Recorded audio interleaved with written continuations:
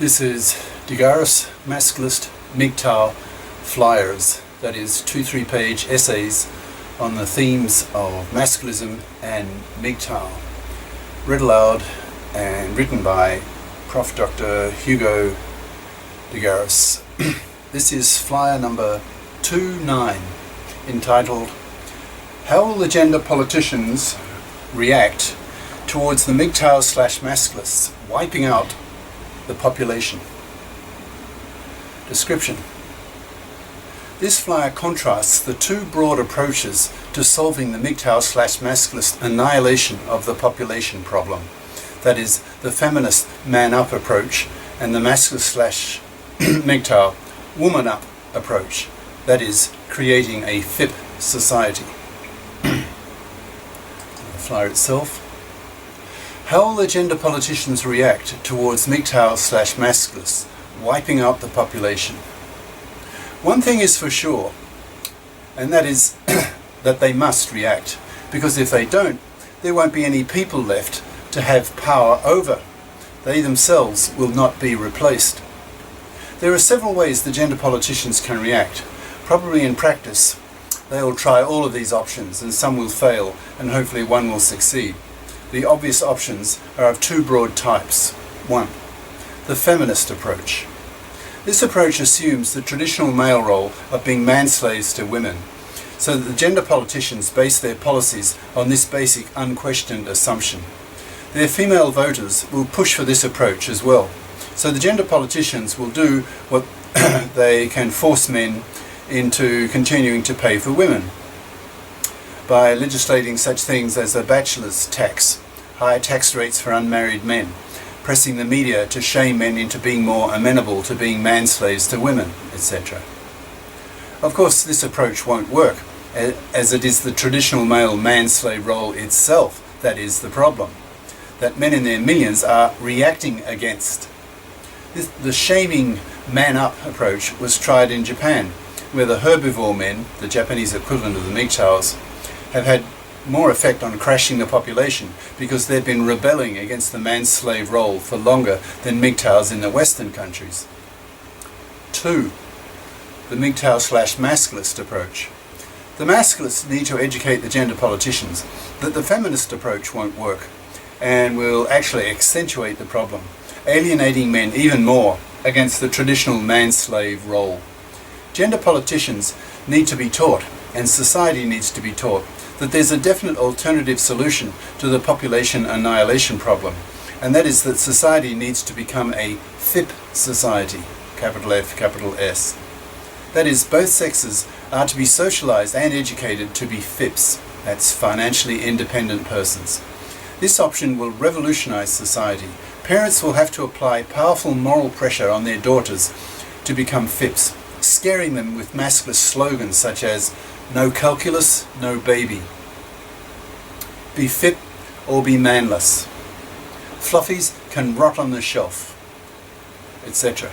Schools will also apply strong moral pressure on girls that they should toughen up and study the hard option of math and the sciences in 12th grade high school, so that they are not excluded from the FIP major departments at universities, which require math and sciences as prerequisites for student entry.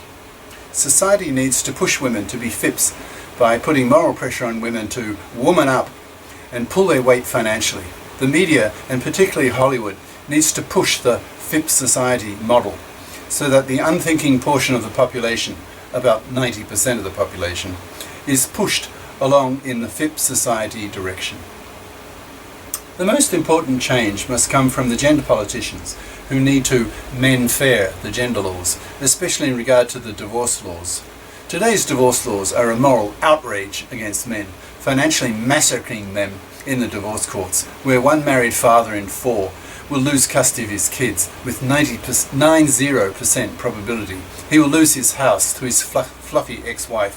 He will have to pay child support to kids he barely sees, and alimony to his fluffy ex-wife, so that she can remain a fluffy, parasiting off his money after the divorce as she did before the divorce. New divorce laws need to be passed by the gender politicians that are men fair. The owners of the house before the divorce get to keep it, Alimony is thrown out. Divorcing couples are encouraged to buy a cheap one-person apartment near the house that the ex-spouses alternate in. 1 week the father lives in the house with the kids, while the other lives in the apartment, and the following week they swap places. The gender politicians need to pass a para law. Para equals paternity rejection right. If a man is involved in a pregnancy not desired by him, he should be given the right to reject paternity of the fetus. He should be able to fill in a paternity rejection form at his local GP, Justice of the Peace, so that if the woman decides to go through with the pregnancy, then the entire financial responsibility of the child becomes hers and hers alone. If the gender politicians continue to see women as poor helpless creatures that need to be paid for by men, then the MGTOWs and Masculists will continue to hate them and just go further their own way. There are many other forms of legal and social discrimination against men that will need to be legislated away. The Masculists need to educate society that the only effective way to stop the annihilation of the population is to make the gender laws men fair. Until that is done, the MGTOWs and Masculists will continue to reject fluffies and have nothing to do with them. They will refuse to marry and have children because they are too aware of the toxicity of the fluffy feminist-dominated divorce courts, and so avoid marrying and having kids like the plague. Pretty soon, the media will catch on to the biggest story of the century, namely that the MGTOWs and Masculists are wiping out the population by refusing to marry and have kids. 70% of young men in the US under 35 do this. This is no fringe movement. Once the media wakes up, due probably to the educational efforts of the Masculists and indirectly by the politically passive MGTOWs, they will push the vision of the FIP Society of the Masculists onto the population. This in turn will change society's attitudes towards fluffies and put huge moral pressure on women to be FIPs. How soon will it be before the gender politicians feel the moral and political pressure on them to men fair the gender laws? I would say within 5 years. There are now so many MGTOW videos on YouTube that the tide is turning. Within a decade, the proportion of men who refuse to marry and have kids will probably be over the 90% range, and women will be screaming that they can't find a man to have a kid with who is prepared to help pay for the cost of the kid. There will rise a female masculist movement of women who agree with the arguments of the MGTOW/Masculists and help these men's-led movements pressure the gender politicians to men fair the gender laws. The gender politicians must react. The annihilation of the population is a ticking time bomb that cannot be ignored. Each year, as the population keeps dropping, the writing on the wall will be written in ever bolder letters so that even male feminist, man-traitor gender politicians will be able to read it. They must react. The only question is when, how soon and how effectively. The Masculists, who do the political work, will have to keep up powerful political pressure on them, accusing them of being genocidal criminals, because it is they who have created the current gender laws that are so deeply alienating towards hundreds of millions of men in the Western countries. Creating a FIP society will be revolutionary. It will involve fundamental changes in attitudes towards men's and women's gender roles in society. It will take effort and hard work. So men, roll up your sleeves. Cheers. Prof. Dr. Hugo de GARIS. Email profhugodegaris@yahoo.com.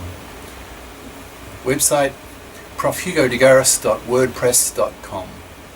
YouTube channel name DeGaris Masculist MGTOW Flyers. Ciao.